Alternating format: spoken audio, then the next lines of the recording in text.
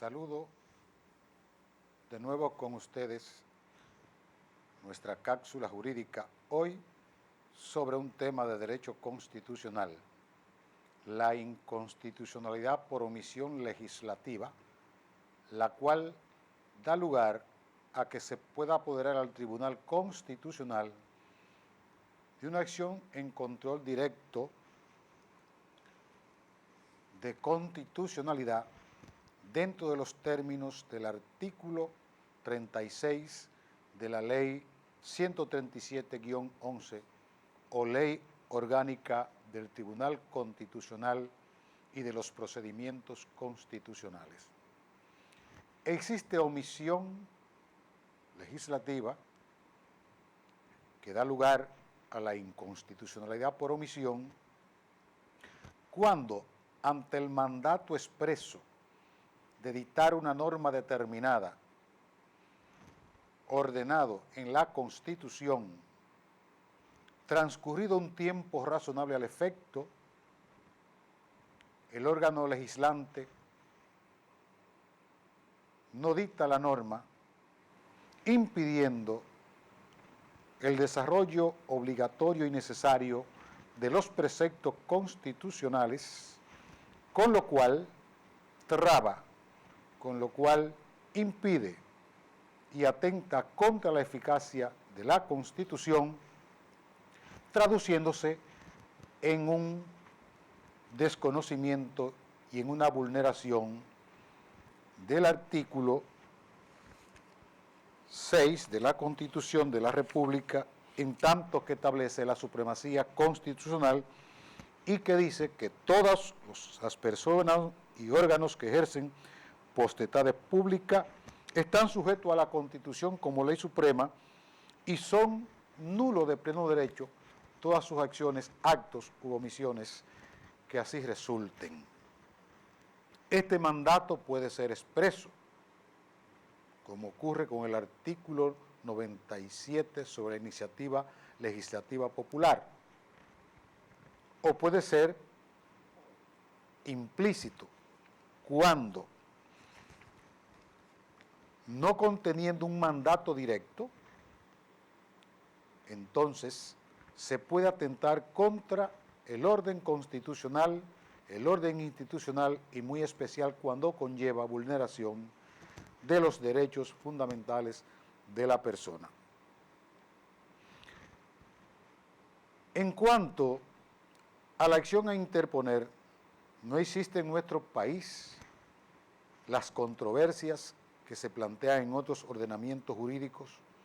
como por ejemplo el ordenamiento mexicano, sino que la misma ley 137-11 o ley orgánica del Tribunal Constitucional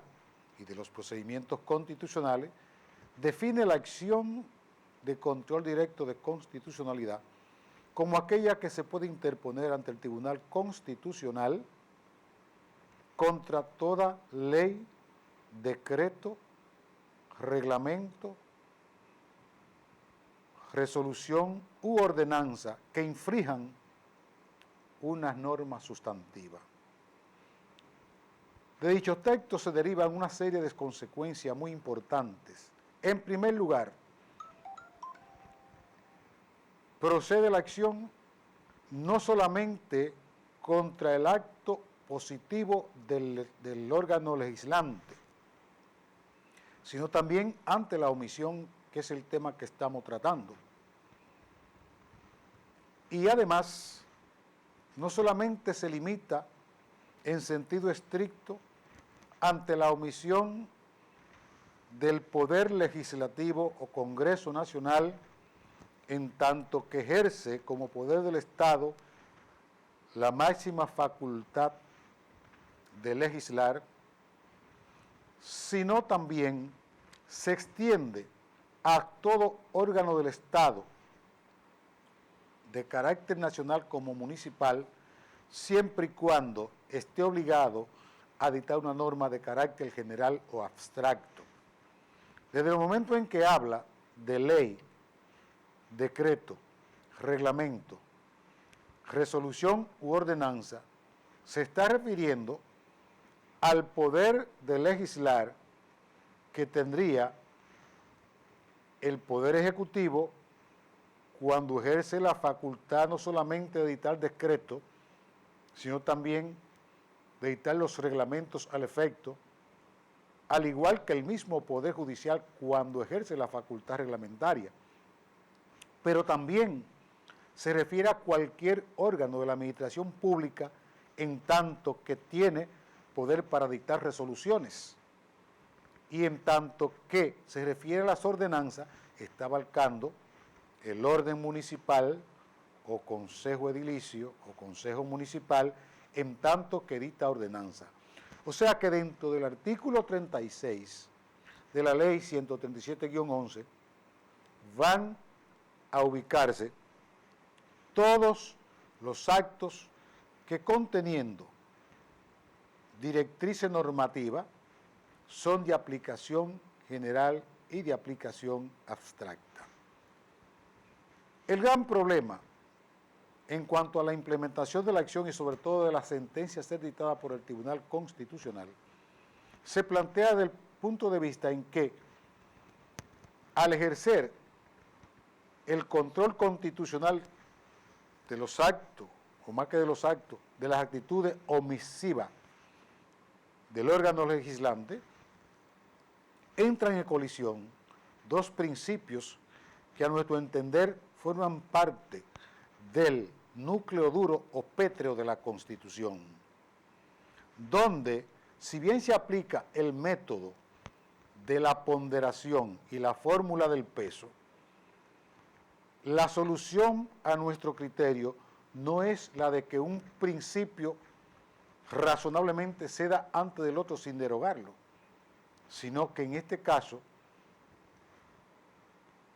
en la fórmula de la ponderación y del peso deberá operar en el sentido de la conciliación. El Tribunal Constitucional dictará la decisión mediante la cual corrija la violación al principio constitucional de la supremacía constitucional, pero que al mismo tiempo respete el principio de la separación de los poderes del Estado. Entonces, aquí el resultado tiene que ser una decisión conciliatoria de ambos principios. El asunto se torna complejo en razón de que, por un lado, la usurpación de funciones de un órgano del Estado, por otro, da lugar a un conflicto de competencia y por otro lado está la situación de que por su actitud omisiva el órgano legislante está desconociendo la supremacía constitucional y en tal sentido también, así como la autoridad usurpada es ineficaz y su salto nulo, también cuando los órganos públicos no se sujetan a mandato constitucional, también da lugar a la nulidad. Claro, en este caso no podemos hablar de nulidad, salvo de omisión parcial, porque cuando la omisión es absoluta o total, hay ausencia de norma, y en ese sentido, sobre todo, es que se va a manifestar el gran problema, la complejidad del mismo, en la medida en que ambos principios constitucionales colisionan y deben ser conciliados de manera, no que uno ceda ante el otro, sino de manera en que, respetando uno, se aplique el otro. El asunto es un poco sutil y debe ser objeto de un análisis muy amplio y detallado, pero dada la brevedad del tiempo en esta cápsula jurídica, solamente hemos dado